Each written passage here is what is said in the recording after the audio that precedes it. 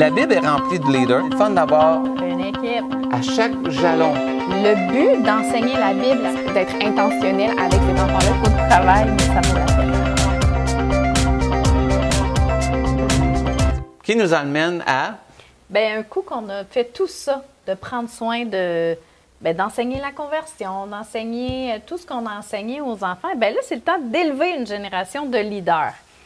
Puis, ce qui me touche un peu quand on regarde les écoles du dimanche au Québec, c'est qu'on ne regarde pas toujours au passé des écoles du dimanche, mais il y a une richesse à regarder ce qui est arrivé avant.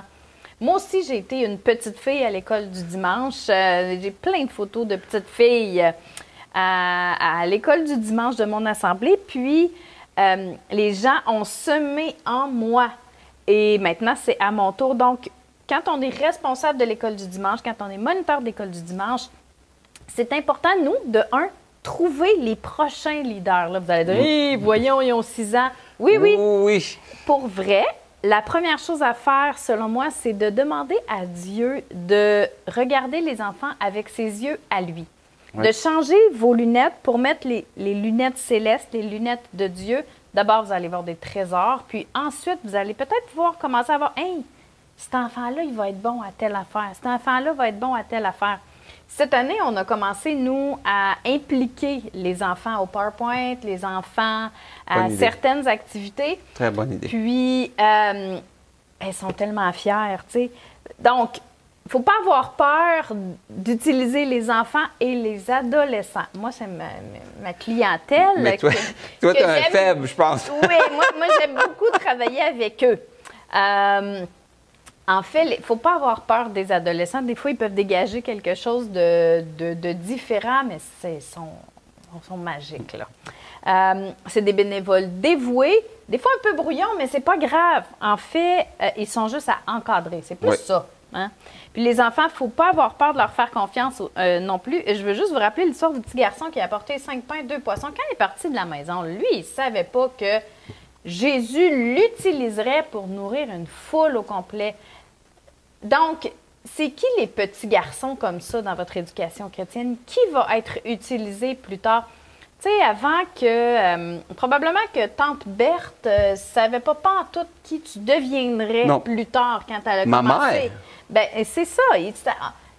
Souvent, je lui parle, c'est ça qu'elle me dit. Elle dit, j'aurais jamais pensé. Bien, c'est ça. Bien, c'est ça. Les enfants qui sont devant vous, vous ne savez pas qui ils deviendront. Donc, c'est super important de les regarder avec les yeux de Dieu pour être capable de les prendre puis de leur faire confiance aussi. Oui. Ils deviennent... Les enfants qui ont l'occasion tout petits de servir, je ne dis pas à 3 ans, là, tu sais, 7, 8 ans, souvent, c'est des adultes qui vont servir aussi. Oui. Comme je vous dis, moi, j'ai commencé à faire l'école du dimanche à 12 ans pendant les étés. Puis après ça, j'ai continué jusqu'à aujourd'hui.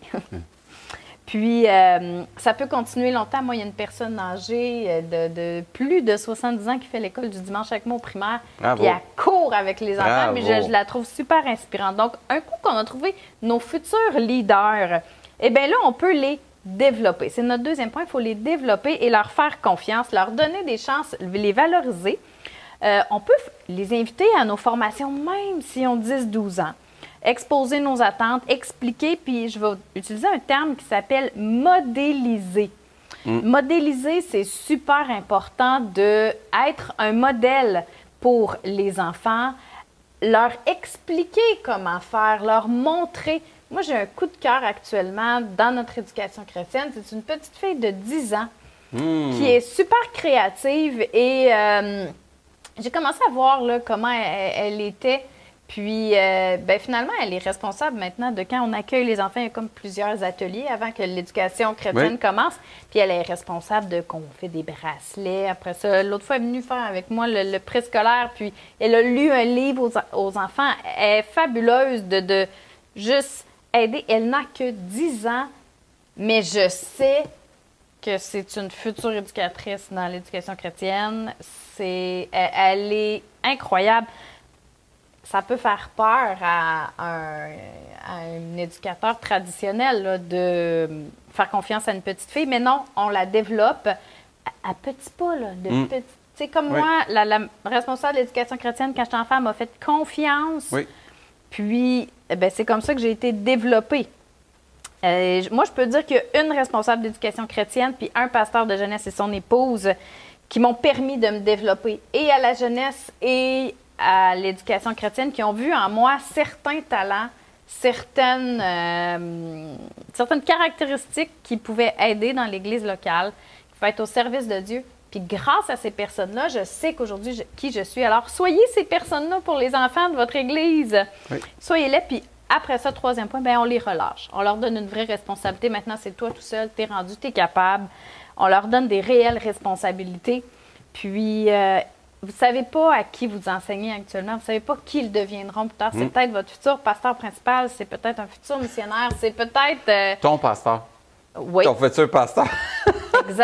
Exact. Donc, c'est juste touchant de voir la grande histoire de Dieu pour nos églises au Québec et en France et partout sur la francophonie. Donc, regardez les enfants avec les lunettes de Dieu. Et tu vois, le verset qui me vient, c'est l'enfant dès son enfance laisse déjà voir qu'est-ce qui va être plus tard. Puis moi, je pense que, comme tu dis, regardons avec les lunettes, sachant que l'enfant laisse déjà voir qu'est-ce qui peut être plus tard.